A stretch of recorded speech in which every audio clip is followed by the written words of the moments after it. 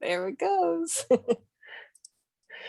And make sure that we're getting folks coming in. Wonderful. Folks are joining us. And then hopefully in a minute, it will also tell me that we are live. I just got the message that said we're live. Perfect.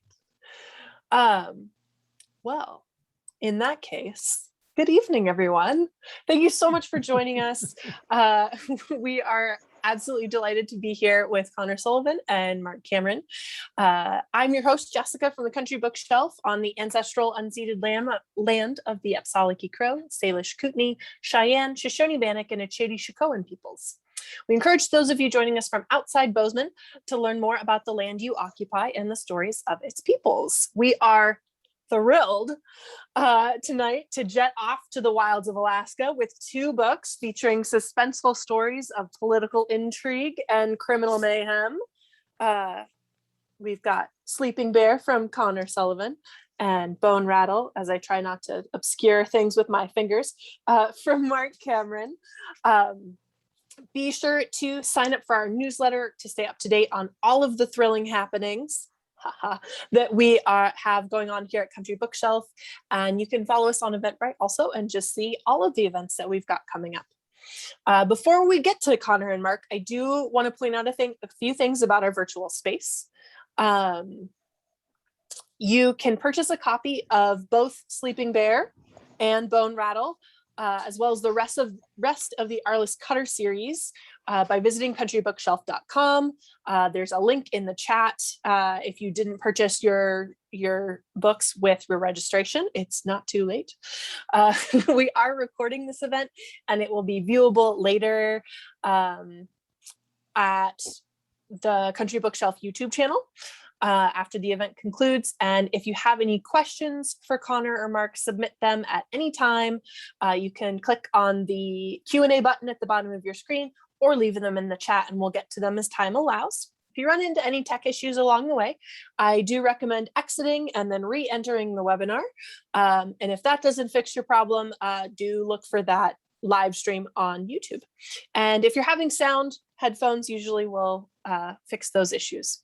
And we do want to remind everyone that this is a shared creative space, that we want to remain safe for everyone that's joined us this evening. So offensive or inappropriate comments will see the user dismissed from the space. So without further ado, I might kick us off with a question. I was so excited to get to talk with both of you because obviously both books are partially or fully set in Alaska, which has a very similar kind of rugged, mountainous, Western, bootstrappy kind of feel to it. And you also have some very strong female characters. Arliss is accompanied by, I'm going to get her title wrong. What is it? Yeah. So she's a deputy U.S. Marshal. He's a deputy. He's a supervisory deputy, but they're both deputies. But her name is Lola Te'ariki. Yes. And then, of course, the main character in Sleeping Bear is off for some mayhem.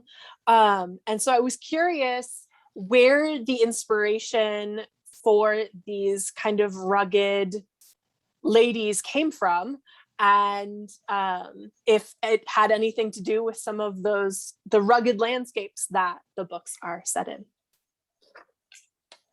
Yeah, all right. I will start.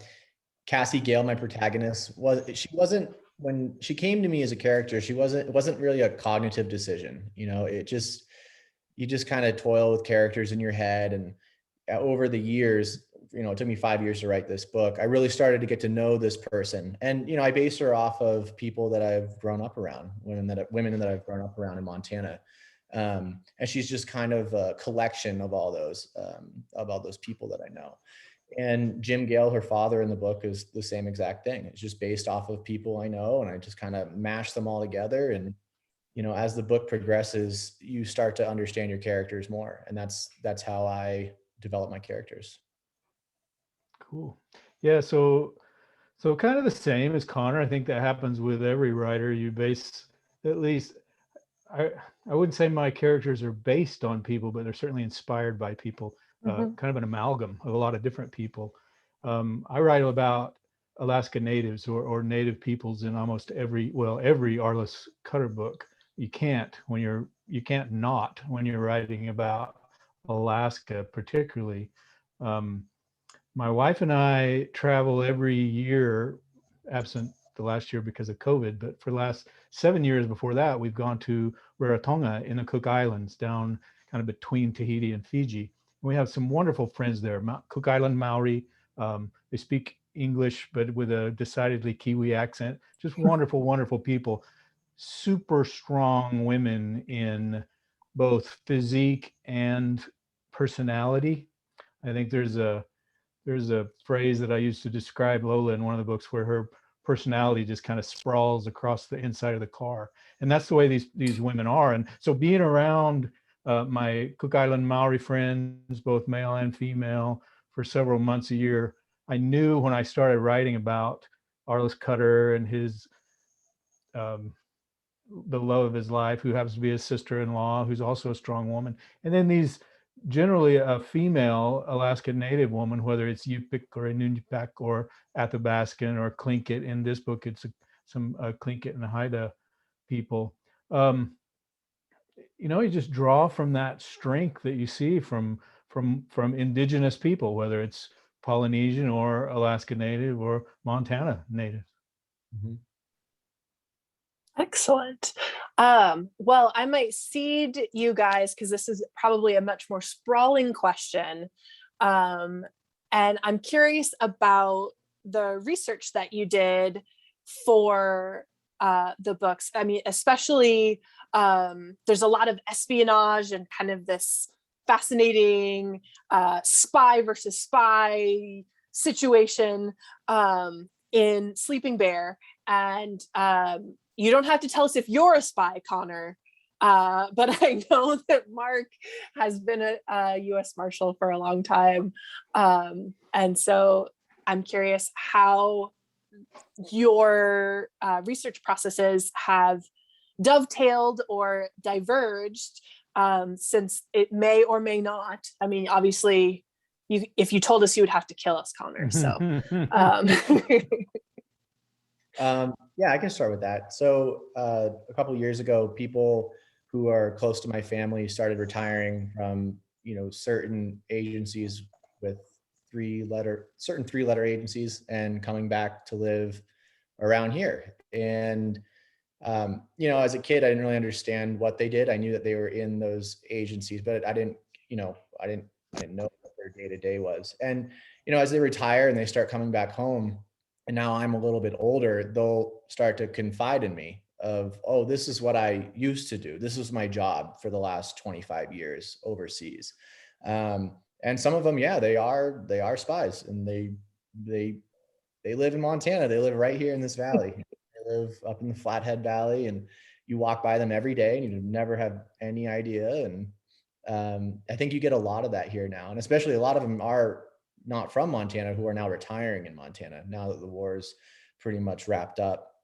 So yeah, I mean, I was 90% done with Sleeping Bear when they came back. So, I based it off of people I knew here. And then when they started coming back, they started filling in kind of the blanks. So. Oh, that's cool. That's very cool. I think I've been fortunate enough. My other series, the Jericho Quinn series, has to do with an OSI agent, and there's a lot more espionage, kind of over the top espionage in that.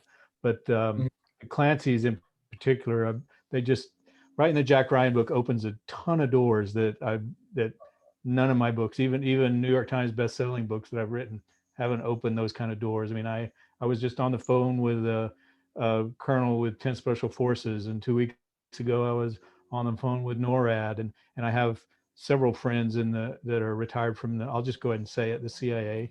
I mean, it's on their LinkedIn account, so I think I can speak that way. But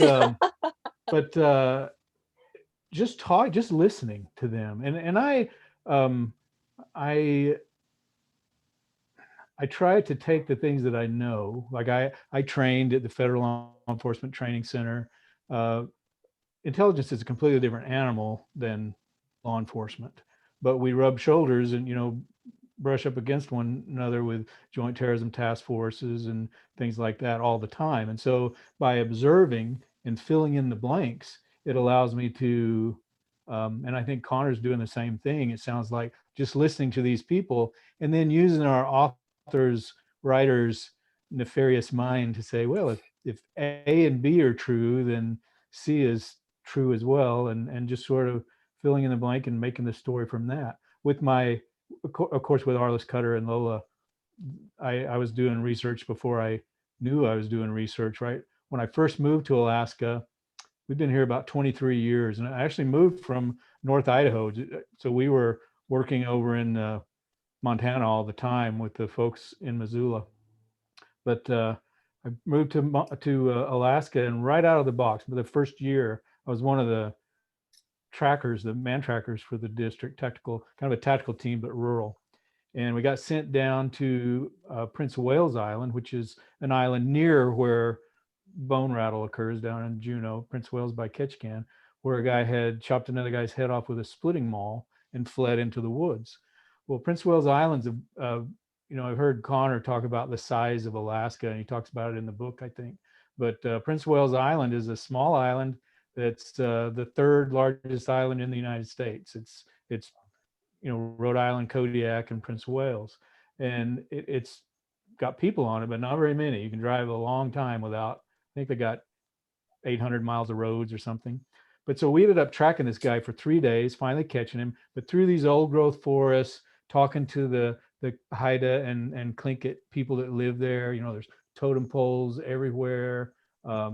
It's just an amazing cultural place. I knew 23 years ago that I was going to write a series about a deputy marshal based in Alaska. So really the last 2 decades have been the research for that.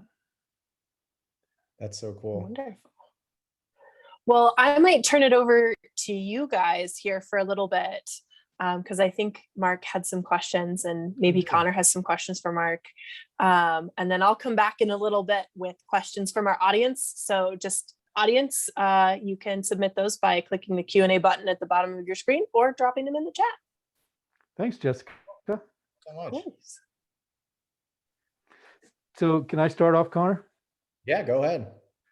So I'm thinking you picked Alaska. You're from Montana. You mentioned the Flathead Valley. My wife and I my wife's from Calgary. And so we used to drive up through Kalispell and Whitefish and meet her parents from Texas when we were first married all the time. That whole area is just absolutely gorgeous, absolutely gorgeous. But so you live there in this gorgeous, out of the way, mountainous, wild, obviously becoming more cityfied around at least Yes. Kalispell and Whitefish. But you live in this pretty neat, big sky kind of place. What do you find similar from your research in Alaska, and what's different? Yeah, so I've only been to Alaska probably 2 or 3 times, and most of it was just skiing up in Alaska for ski races. But being in Anchorage and just kind of when you're flying in and you're looking down at just like monumental terrain. I mean, it's Montana on steroids, and that always fascinated me. I can't wait until I can go up into Alaska and really explore. The problem was when I was writing Sleeping Bear, I was living in Los Angeles. I was kind of doing the Hollywood thing, not enjoying it. And I got this idea for Sleeping Bear. I was working on the Warner lot, and it was during lunch. I just was looking at my phone, and I came upon this article that I cannot find anymore. And the article was about how many people go missing in Alaska every year. And it was like over 2,000. And I said, there's no way. So I started Googling, and that's pretty much like true. And it's just, and that's the article introduced like the Alaska Triangle and all the conspiracies behind it and all the folklore, alien abductions and stuff. So as I'm reading that, I'm doing research, I go, well, there's a thriller right there. Like I need to do something with that. So I got on Google Earth, Google Maps, just zoomed out, and I'm just looking at this landmass. That's it's like almost the size of Texas. or just, it's just absolutely huge. And that's when I You're started. talking about the triangle is the size of Texas? It's huge. I don't know how big it actually is, but it's just, it was massive. In my research, I had it all written down. Sure.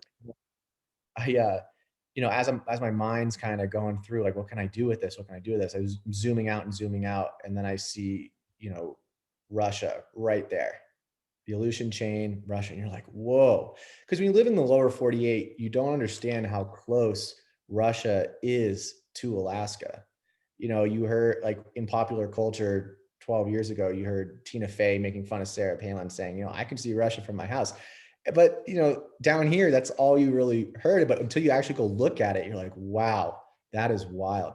So that's kind of how the gist of Sleeping Bear really got, in my head. And then the research started. And I don't know why I really picked Eagle, Alaska to focus on. Have you ever been up there?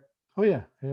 That was actually, I'm glad you went there because, I'm glad you talked about that because I was going to ask Eagle, and there's a motorcycle ride up here called Dust to Dawson that goes up and then across there and into Dawson City, and kind of, but I'm interested in why you picked that area. It's kind of cool. So it was random. I've never been there physically. I've never been to Eagle, but I think I picked it because it was close enough to the border, and I wanted to kind of do something with the border there, with like the Yukon and then Alaska there. And at the time I was writing this, I was a starving, aspiring writer living in Los Angeles. I couldn't make a trip up there. I didn't have the money. Sure. So I just became obsessed with the area. I read everything about it. I was talking to people, and I just virtually spent 5 years in Eagle, Alaska, That's cool. learning about it. And it kind of feels like I've been there, because I've been there for so long in my head. Right. But I do really want to go visit it now and see everything I got, wrong or right. I think you hit the feel for Eagle. I think you may be, I'm not trying to speak ill of Eagle, but you might be underwhelmed when you go there. It's it's pretty small place. Very cool. It's a jumping off point. We actually say that about a lot of the places in Alaska that are on the road system. We always joke that Anchorage is a great place to visit because it's only an hour away from the real Alaska. But Eagle's definitely the real Alaska. It's out of the way and in the middle of virtually nowhere. So it's a good spot, very good setting. Yep. And it's kind of embarrassing to say, I wish I knew you before I was writing this, or while I was writing this, because and this is embarrassing, I was watching a lot of Alaska State Troopers to kind of get a feel of like what's going on. And then once I, on Alaska State Troopers, they would have VPSOs. And I went, wait a minute. Oh, and then I started doing the research of like, wait, like these are such desolate places. And in these jurisdictions or these districts, there's like sometimes 3 troopers for one detachment. That is the size of some states in the lower 48. Yeah. There's up here we've got say Western Alaska, the Yukon Kuskokwim Delta. So you talk about the Yukon, I see quite a bit, like the Yukon River, quite a bit in your book, where it comes out of the Yukon Territory and then on over into Alaska. And the Yukon, I can't tell what kind of map that is behind. That's just a world map, isn't it? I thought it was an Alaska map for a minute. But. No, it's just a 1944 map. Yeah, I see now. So the Yukon swoops down and makes sort of a curve at the top of Alaska, and then the other great river in Alaska, the Kuskokwim, comes up and swoops down. So that delta in the middle, we call it the YK, or the Yukon Kuskokwim Delta, and that area is about the size of Oregon, and it has about 20 troopers that take care of it. And most of them are based now north of the Brooks Range. That's the North Slope Police Department. So that's like the troopers don't generally they have jurisdiction because it's the whole state, but the whole northern part of Alaska is one municipality, the top third where the oil patch is and all that. So they have a police chief and individual officers that are kind of like you were talking about. And then that Yukon Kuskokwim Delta, there's a couple of troopers in a couple of different villages, but the bulk of them base out of Bethel. And Kotzebue and Nome, but Bethel for the YK, and they call it RON, remain overnight. They're the oversight troopers. In fact, I think you might even have alluded to it. I was skimming through. Like I said, I have to admit, I've only read a third of your book. I like it so far. I think you got the feel of Alaska, but I think you've kind of got the feel of how hard it is to police. The Marshal Service and the troopers work very closely together, and I have many friends that are VPSOs. It's kind of an unsung. They call themselves first responders in the last frontier. Yeah. It's they're actually not. They're actually not. They're the troopers oversee them, but they're not their bosses. They train them and oversee them, and then the individual native corporations actually hire them, fire them, see to their day-to-day, where they are set up for their oftentimes I've arrested people before in the bush, turned them over to the VPSO, and they handcuffed them to a post, like a ring at the top of a post in their office until the plane could get in. So yeah, I think you kind of figured out with your research how desolate it is and how law enforcement is pretty hard put up here. It's a tough place. Yeah, and someone growing up in the lower 48, it's just kind of wild to even consider that, to get to most places you use a bush plane.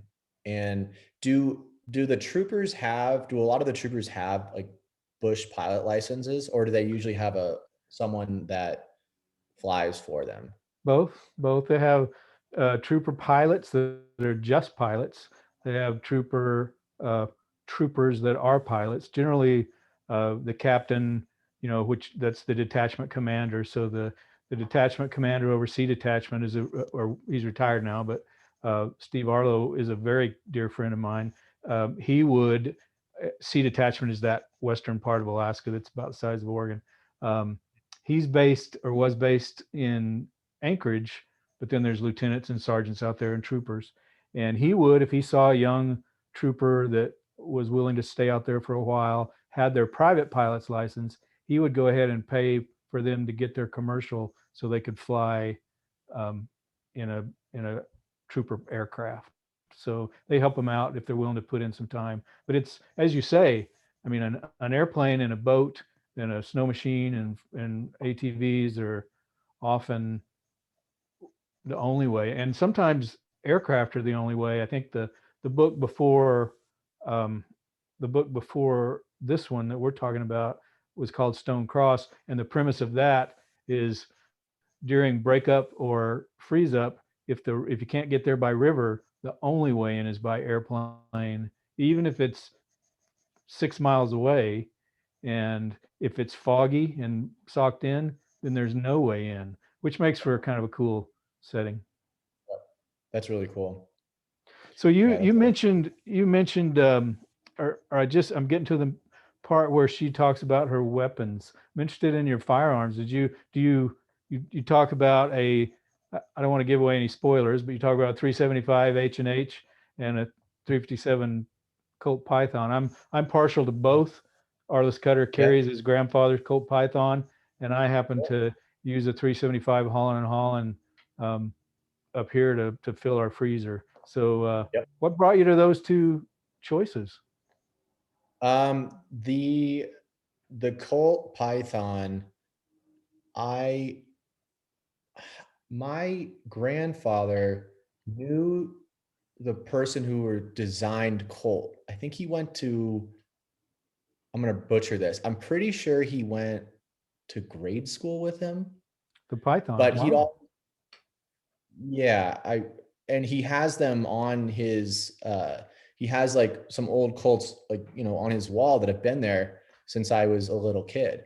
And he always says, when he asks, he's going to give them to me. So I kind of put that in, so when he reads it, he goes, oh, okay. And the 375 H&H, we also have one here for. Okay. Yeah. That's sort of the at least among my friends, it's the caliber of choice when you're in brown bear country.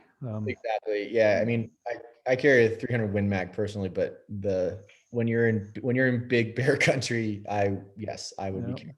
Yeah, that's what I had a 300 Win Mag when I was in Idaho and hunted Idaho and Montana, but 375 when I moved up here. In fact, my son has one. My son-in-law will shortly be getting one. You know, it's just when you're out there, when the bush plane drops you off and you're there for 10 days, even if you're hunting caribou, but you're seeing big brownies walking around that are, 9 feet tall.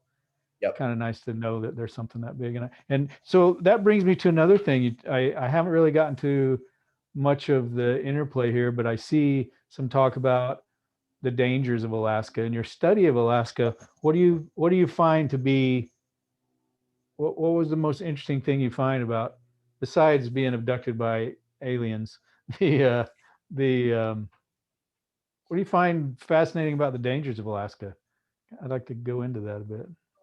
I think what I found the most compelling is that in the research of the people who disappear, the majority of them, they just don't want to be found. They can just go in the back and they can live by themselves. There's that. But what really interested me are born and bred Alaskans who can get turned around within a couple miles of their house and they're never seen from again, because you're in a snowstorm, you twist your ankle, you break your leg, you get turned around, you don't know where to go, boom. And that happens here. Unfortunately, that just happened last week in the Beartooth. A young woman, she's gone missing and no one can find her. And up in Alaska, it's magnified. It's that big. It can swallow you. And I think that was what really turned me on to focusing this book on, about how it doesn't matter how prepared you can be. It doesn't matter how experienced you can be. It's just like you mess up one little thing and it's life and death immediately. And that was what really, compelled me to write this book the way I did. Good. Yeah, that's true. I've been on several tracking missions. We tracked a sheep hunter, a lost sheep hunter, just right up above where I live in the mountains up here. He got turned around and dehydrated and ended up walking out on his own. But 6 days after he was supposed to walk out, had consumed much of his sheep by the time he got out, and Yep. and had some parasites from the water. And then we had some young college students that got lost up in the mountains. When the highway is visible, they could see the highway. All they had to do was go downhill, one would think, but they got off the trail and there's these huge ravines that sort of bisect the mountain as it goes down, because it's a old volcanic mountain with a lot of earthquakes and stuff. And so they would get to where they think they were going down, and then there'd be like a 300-foot canyon in front of them, and they were like going on this labyrinth. So you're absolutely right. This place it doesn't surprise me that people go missing up here. People that live in Alaska, obviously, when you're out in the bush by either a wood stove or a campfire or whatever, then the whole folklore, the hairy man or the Enokin, which are the little people, or UFOs or whatever. It starts to make a lot more sense when you're all there by yourself and the trees are, rubbing together. You're from Montana, so you know what two birch trees or aspen trees sound when they're rubbing together in the wind. It's just horrendous. So that kind of makes more sense. But really and truly, if you look at what the land is like, with big holes in it from melting permafrost, with taiga and floating moss that will open up and swallow you up if you stand in the wrong spot, or tides that come in on mud flats that will get you stuck. There's just a lot of ways to die up here, which makes a great setting, which I think you really hit them on. So when you're studying about Alaska and doing all this research, any questions that came to your mind or surprises when you were going through 5 years is a long time to research a book. You have kind of an intimate knowledge of it. What surprised you? Oh man. I mean, I would say the sheer size and such a small police presence compared to what we're used to down here. You know, like even in parts of rural Montana, there's still cops, you know, they still, I mean, there's some desolate places out here, but it's not like you have to fly a plane to get to it. And then Right. you know, I think what I found so interesting was when you do fly to those places, sometimes it's just you as a trooper or one more guy. And if something really bad is going to happen or happened, you have to wait for backup. And if there's weather, you might not have that, you know, and that was like, whoa, like it's almost like those old Westerns, you know, the sheriff comes into town and Yeah. but that exists Kind of, today. yeah, the one ranger kind of thing. You send one guy, and I would say that not sometimes, almost all the time, it's one trooper flying in, and you know, they're the oversight trooper. Once in a while, if they're fortunate, or if they think there's going to be violence, if they think there's going to be something violent, then they try to send, you know, they will send two or more, the trooper SWAT team or whatnot. Just working as a VPSO out there. Now they can be armed now if they go through the training. For my whole career, they couldn't be armed with anything but a pepper spray and a taser and Yeah. I think a baton. And that was I was researching that all they could have, I think at the time I was right. Yeah. And that was also, Yeah. So, oh yeah, and even now I don't know any that are armed yet. I mean, I'm sure there are some, but my friends are not. But they are, again, they're like I think like three of the coins in the thing behind me are from VPSO friends of mine, the challenge coins, that they take that first responders in the last frontier very seriously. And most of them I don't know, probably most of them are Alaska natives, you know, Yupik or Inupiaq or Athabaskan, and many of them work right in the place where they grew up. And so, and 90% of the time, there's no trooper there. The oversight trooper is somewhere else, and so they handle domestics and drunken disorderlies and even homicides and suicides at the beginning. One of my dear friends, just in his short career, he now works for the state of Alaska, um, responded to 17 suicides in the village that he grew up in. And yeah, that's a tremendous toll on these young men and women. And yeah, so I try to feature them in the books. And many of these places are dry. They have yep, I don't know if you hit that in the book yet. I haven't get into that because inland and on the road system, not so much because it's too easy to get booze in there. But yeah. they've they've just decided by vote, local option, that they're not going to have booze. And it's a rough thing for somebody. You know, you're arresting your brother and your cousin and your uncle, and they're the first ones in. I imagine you get into this. They're the first ones in search and rescues. They generally lead search and rescue efforts. And yeah, my hat is off to them. And they're always hiring. We'll put in a plug, an individual. They never have enough people because it is a lonely Yep. friggin' And, job out there. yeah, I touch on that. You know, the BPSO in my story is not necessarily a very good guy, but you know, when I was doing the research, you know, a lot of these villages, I think all of them, have to be dry.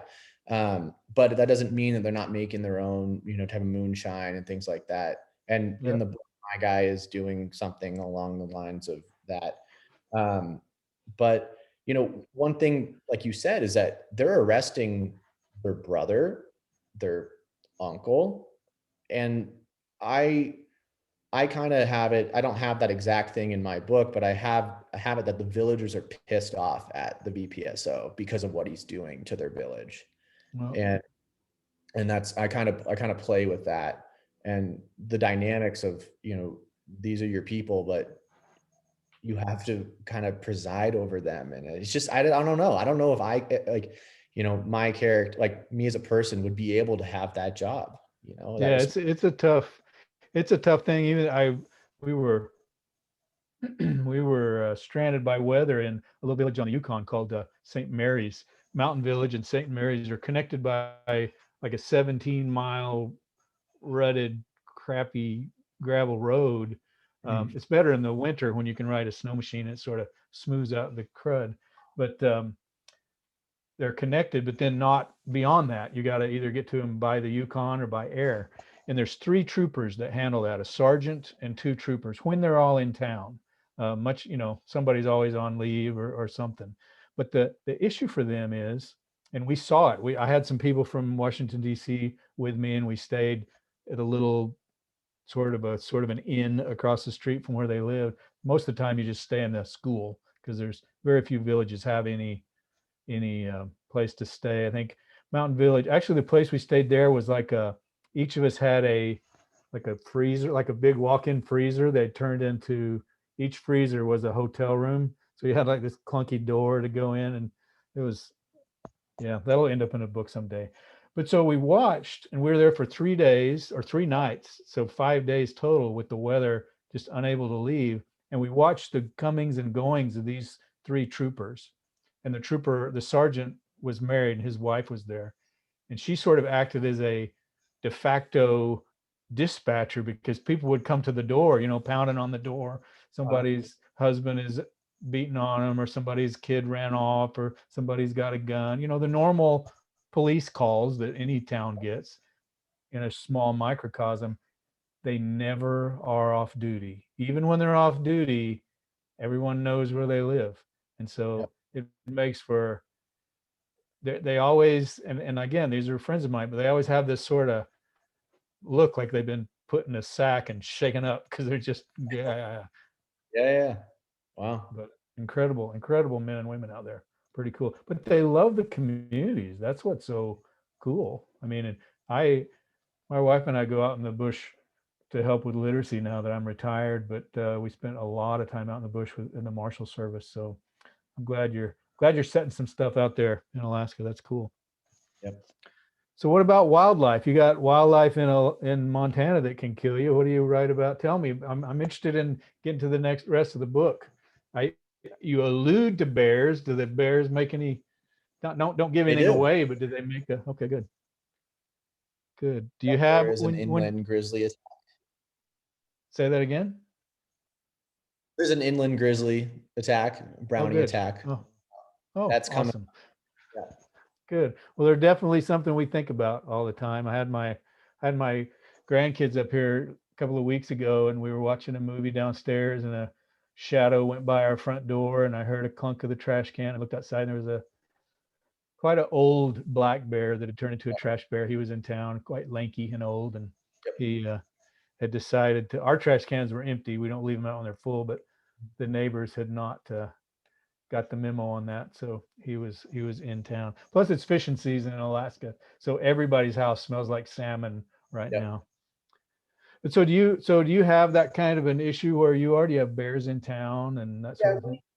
Bozeman's kind of exploding in terms of new development, and a lot of out-of-staters coming in, especially during COVID. It's just blown up, I think, like a lot of places. I remember growing up, we'd get the occasional black bear, certain times a year. They'd be down in the creek bottoms. I guess we had a black bear in our yard last year, but up in the Flathead Valley, my parents have a place up in Flathead, right on the lake, and the bears are in the yard like every other day. Black bears. But, you don't. But I mean, right next to them, like the mountain range right behind us has one of the biggest grizzly populations in the state right now. Really? Yeah, and that's good. Yeah.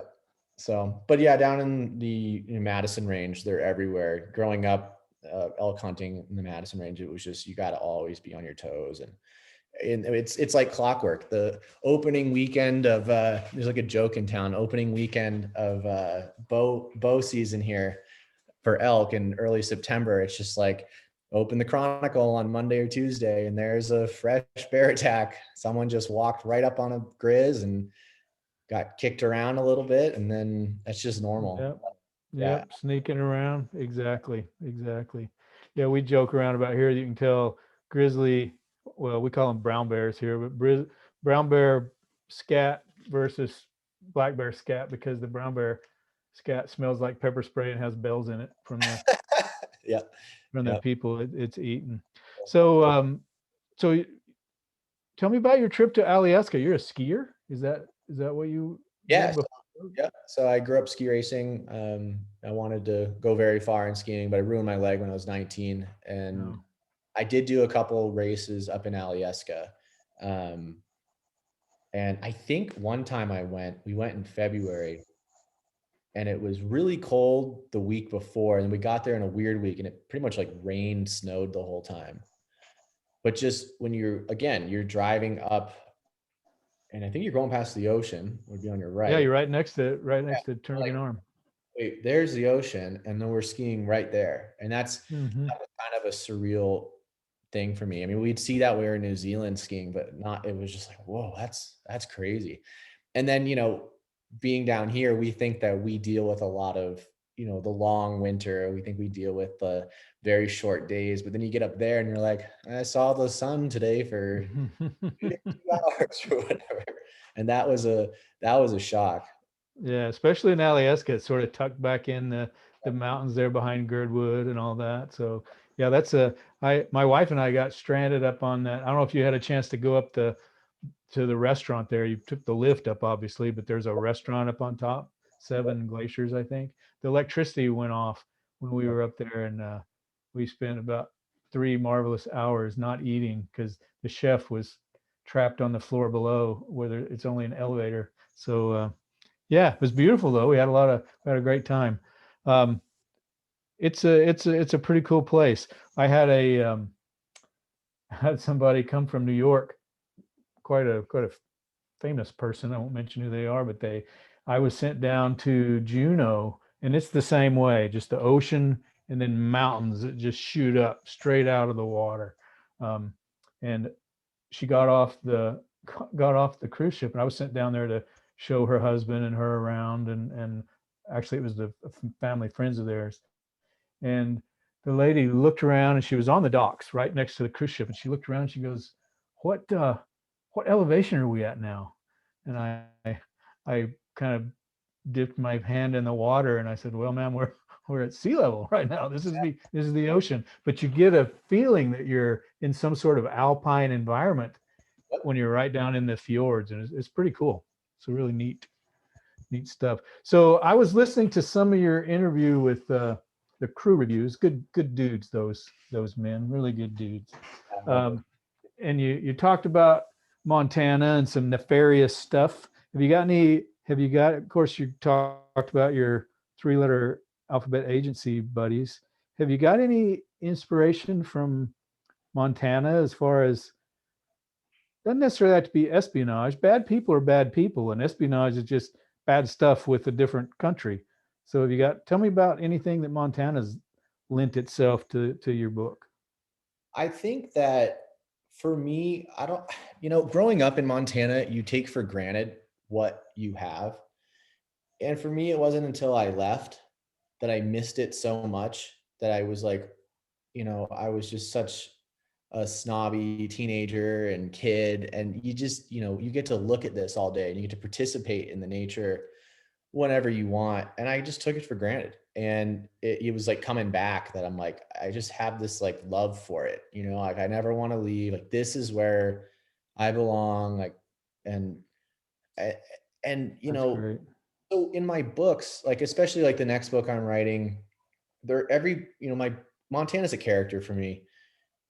Because I love it. And I always want to, tell people about Montana, don't move here, but, Exactly. but no, but yeah. So yeah, it's just always been this like character for me. And I always want to write about it. I want to tell people about it so they can experience it, because it's such and living in Alaska, when you see people come to your state and they're just flabbergasted and they go, wow, this is beautiful.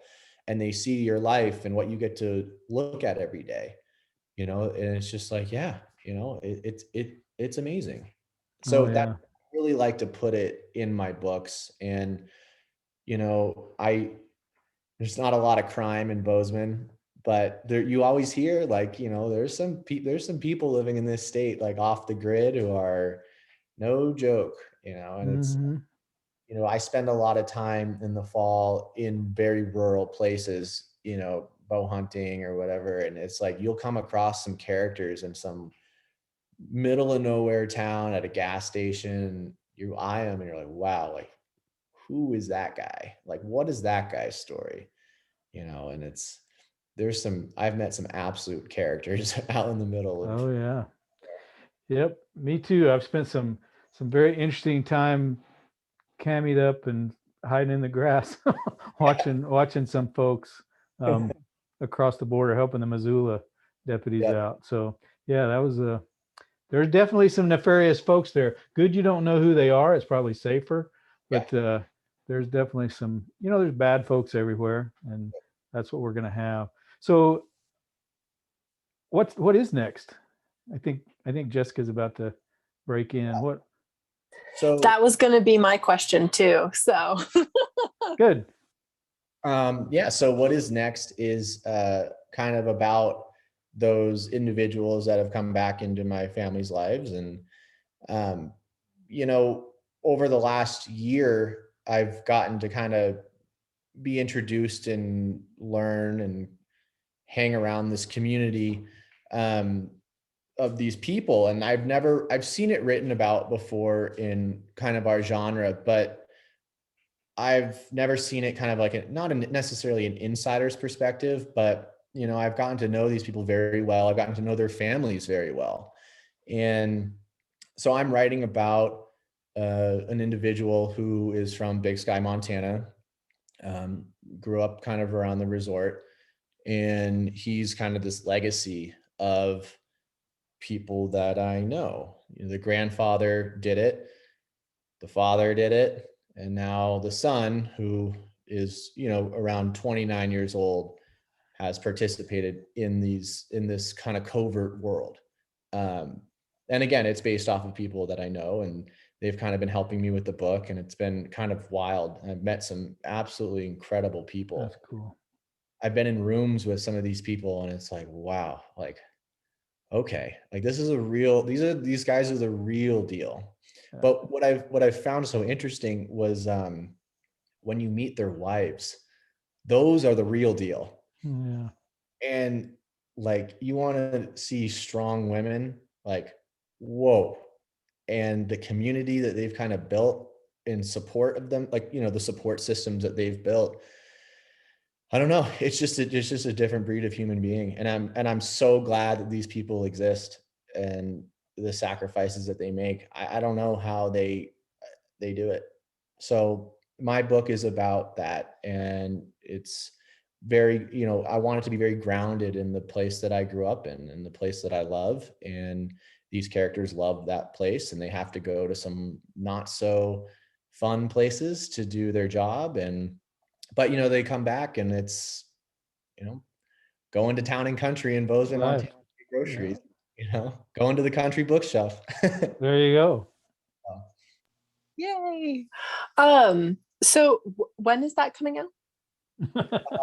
I still have a couple months until it's due, and I've been holed up in my dad's office. I don't know if you can see the map of Ukraine. Yeah, this is where he wrote The Last Green Valley. So he still has all this stuff up here. And I was wondering, I was like, that looks, is that Mark's map from Last Green Valley? He wrote Last Green Valley and Beneath the Scarlet Sky. And I think, like most people my age during the era of COVID, we've moved in back with our parents. So I've been in the basement with my wife and my two dogs. So very cool. Well, speaking of the big C in the room, I found myself, so number one, the marathon show that I watched, it was all crime drama all the time. I think I finished all of NCIS that exists. Like, cool. Just clicking away. And I definitely experienced, a lot of booksellers I know experienced a kind of reading slump when it first happened. And then a lot of us have really turned to genre fiction in particular to sort of restart that and re-energize our reading.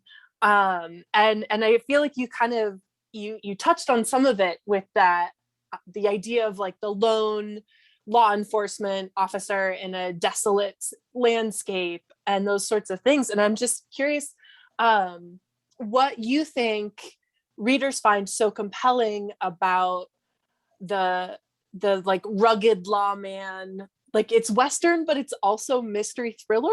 Like, I feel like it comes from a couple different trope families. And just that the trope in general, like tropes fill so much of genre fiction. And I know why it felt comforting to me to read in the COVID times. But I'm curious if you felt that while writing it, and why you think it's so compelling. Go ahead, Connor. I think there's something about the lone person, man or woman, who has almost like they're stripped away of their support system. And it kind of goes down to what can you do to survive? What can you do by yourself? You have to overcome yourself to overcome, physical obstacles as well. I just think you can call it the hero's journey, but at a human level, I think that people, whether you're reading for escapism or whether you're, reading entertainment or whatever genre fiction, at least I like to see the damaged individual who goes into the town and kind of has to solve something, and they're also battling with their personal demons. There's just something, I don't know if it's romantic about that, but you can always kind of relate in some way. Or if you can't relate, you want to, be in a situation where that's you. For me, I write about people that are a lot, more skilled than me and kind of what I would like to be like, but I'm not. I sit at home in my underwear and write. It's like I got to meet all these people who've done that stuff, and that's just fascinating to me. So I don't know. What do you think, Mark? Well, I think, there's a Marty Robbins song that I used to sing to my kids growing up all the time called Big Iron on His Hip. And that's what it's about. It's about an Arizona Ranger that doesn't say anything. He rides into town, faces an outlaw, and everybody thinks, oh, this guy's going to be killed because that outlaw's already killed 20 people, and the 21st is going to be the Ranger, the Arizona Ranger. And it ends with, the kid might have gone on living, but he made one fatal slip when he tried to match the Ranger with a big iron on his hip. And so that's sort of in fact, the chief deputy always calls Arliss Big Iron. He is that quintessence, because he carries a Colt Python when the rest of the Marshal Service has to carry Glocks, which that always bugged me when they made us switch over from what I wanted to carry. But I think we all as readers, I grew up reading stories like that because I wanted to be that. No matter, you really hit it on the head when you said you face these things alone. But I think we really never, if we've got good friends and partners and companions, my son, my oldest was an OSI agent. He's a physician now. My youngest is a SWAT officer. And he told me not too long ago, he said, the whole reason I got in law enforcement is because sitting around listening to your stories about your friends, not the adventures, but your stories about your friends. And I think when you are alone, because we all have things we have to face alone, whether it's a deadline to turn a book into Penguin Random House or Simon & Schuster or whatever, things that we have to do by ourselves. But that whole web of people who we've walked through broken glass with, they're with us all the time. And I think that's what makes these characters, Cassie, from what I'm seeing so far, she's not by herself, even when she's by herself. Very true. Very true. Excellent. Shameless bookseller question. What are you reading these days? Well, I'm reading a whole bunch of stuff that's nonfiction I just finished a book called Bottle of Lies for the second time about generic drugs and issues like that, because that's sort of central to my plot. But on a fun note, I just finished a short book don't read much fiction while I'm writing in the thick of things. I read a book called Children and Other Wild Animals by Brian Doyle. Huh. And I have to admit, it's just a series of essays. And I have to admit that he also wrote a book called Mink River. And I wanted to meet him. When I was done, I wanted to meet this guy. I resolved, you know what? I write the Jack Ryan books. I'm going to meet this guy. And I looked him up, and he passed away a couple of years ago from a brain tumor. And I was bummed for a week. That's how good those stories were. And I get really angry when I read that good of writing because my stuff is not that good. I think you just wish that you would have. Obviously, he writes very sweet stuff that it's not necessarily John Clark, whacking a spy, but man, he tells a story, and I feel better for having read him and lesser for never having met him. Yes. He's a favorite here at Country Bookshelf. I believe it. From Oregon, but he writes about mountains and animals and children. Very cool. Anyway, probably not what you thought from a intrepid spy writer. You never know. Yeah, exactly. I just picked this up today. Razorblade Tears by S.A. Cosby, who is one of my favorite writers writing today. He wrote a book last year called Blacktop Wasteland. I'm a huge Dennis Lehane fan, and I feel like this guy is the next Dennis Lehane, and he's just got Very this. cool. He's just the most amazing writer. And then I'm reading a book called True Crime Story by Joseph Knox. I think it went #1 in England last week or the week before, and it's just this very like postmodern take on. I've just never seen anything like it. It's brilliant. This guy's a genius. It's very cool. It's written in like a not a reality TV way. It's just like interviews and emails, and it's just genius. It's incredible. So I would definitely check that out. Cool. Excellent. I was struck as I was getting ready for this interview because the audiobook I'm listening to right now is a mystery set in a desolate place. It's just New Zealand, or it's Tasmania. Oh, And the one I just finished was in New Zealand, and I was like, there's a lot of threads here. Like, yeah. I might have a type. That's right. So if once you've finished Sleeping Bear and Bone Rattle, do stop by the Country Bookshelf because I have more books to add to your list. That's cool. I can't wait to get out there. I was scheduled to come out there for Bone Rattle, or was it Stone Cross a year ago? It was Stone Cross. Yeah. Stone Cross. I'm excited to get out there when we can break free of our chains. It'll be fun. Yes. Well, maybe for Connor's next book, we can reconvene in person.